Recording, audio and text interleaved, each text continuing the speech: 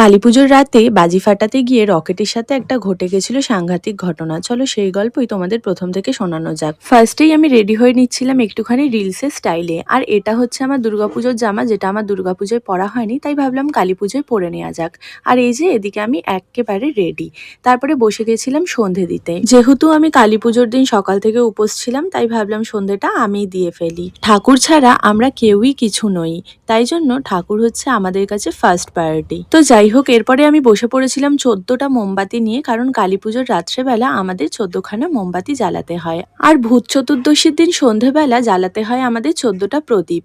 আর ভূত চতুর্দশীর দিন কে কে 14 শাক খেয়েছো সেটা কিন্তু অবশ্যই কমেন্টে জানিও। দেখো, তোমাদের সাথে গল্প করতে করতে আমার 14খানা মোমবাতি জ্বালানো একেবারে রেডি। এবার চলো বাড়ির সমস্ত অন্ধকার জায়গাকে আলোকিত করা যাক। প্রথমেই বাড়ির সদর দরজায় দিয়ে দিয়েছিলাম মোমবাতি। তারপরে আমাদের ঘরের পিছনে আছে একটা তুলসী মঞ্চ, যেখানে মহাদেব, মা মনসা এবং মা তুলসী বিরাজ করেন, সেখানেও দিয়ে দিয়েছিলাম মোমবাতি। তারপরে সমস্ত বাজি ফাজি নিয়ে চলে এসেছিলাম আমি আমার জেঠিদের ছাদে। ছাদ থেকে আশেপাশের বাড়িগুলো কি অপূর্ব দেখতে লাগছে, তাই না? তারপরে শুরু করে দিলাম আমরা বাজি ফাটানো, আমি, দিদি, আমার ভাই আর পাশের বাড়ির দুটো ভাই বোনের সাথে। সব থেকে প্রথমে আমি নিয়ে নিয়েছিলাম আমার ফেভারিট বাজিটা, যেটা হচ্ছে রং মশাল, যেটা আমার অল টাইম ফেভারিট।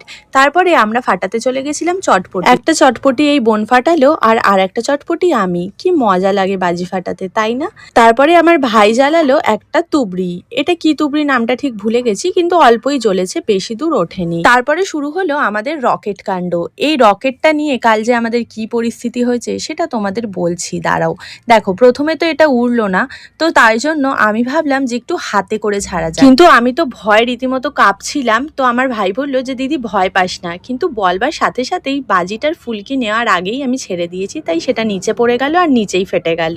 কি আর করা যাবে, এত সাহস তো আমার কাছে নেই। তো তারপরে আমি আবার রং মশাল নিয়ে হাজির হলাম। ওইসব বোম রকেট টকেট আমার দ্বারা জ্বালানো হবে না, আমি এটাতেই ঠিক আছি। তারপরে বাবা আর বাবি মিলে জ্বালিয়ে দিল একটা তুবড়ি। এটা আকাশের এক বন্ধু নিজের হাতে বানিয়েছিল, এটা বেশ সুন্দর উঠেছিল। এটা হচ্ছে বসন্ত তুবড়ি। তারপরে বাবা আবার সেম আমার মতন সাহসিকতা দেখিয়ে এগিয়ে এলো রকেট জ্বালাবে বলে। আর রকেটটা ওড়বার আগেই দেখো বাবার দিকে ঘুরে এসছে। এটা একটা মারাত্মক বড় অ্যাক্সিডেন্ট হতে পারতো। আর একটা ভিডিও ক্লিপ তোমাদের সাথে নেওয়া হয়নি, যেটা হচ্ছে আমার ভাইয়ের গায়ের মধ্যে পুরো ঢুকে গেছিল এই রকেটটা। তো সবাই অবশ্যই সাবধানে বাজি ফাটিও। তো তারপরে আমরা সবার লাস্টে ওড়ালাম একটা ফানুস, যেটা বেশ সুন্দর উড়েছিল। এরপরে আমি ঘুরতে চলে গেছিলাম আরো এক জায়গায়, সেই ভিডিও আসছে নেক্সট পার্টে। সেটা দেখতে হলে অবশ্যই আমার চ্যানেলটাকে সাবস্ক্রাইব আর একটা লাইক করে দিয়ে যেতে হবে। ততক্ষণ সবাই ভালো থেকো, টাটা।